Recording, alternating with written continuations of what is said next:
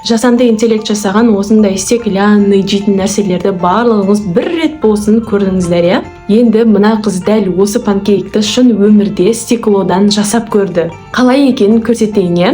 Алдымен әртүрлі түстегі шыныларды дайындап алды. Бірінші болып осы оранжевый шыныны ерітіп, панкейктің өзін жасауға кірісті.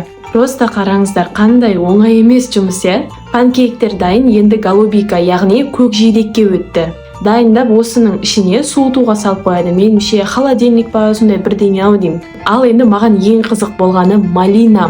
Малинаны стеклодан жасау. Болды, керек нәрсенің бәрін дайындап алды. Енді бір-бірін үстіне қойып жинап шығу керек. Бірінші болып панкейктер. Шынымен тура жасанды интеллект жасағандай болып тұр, иә?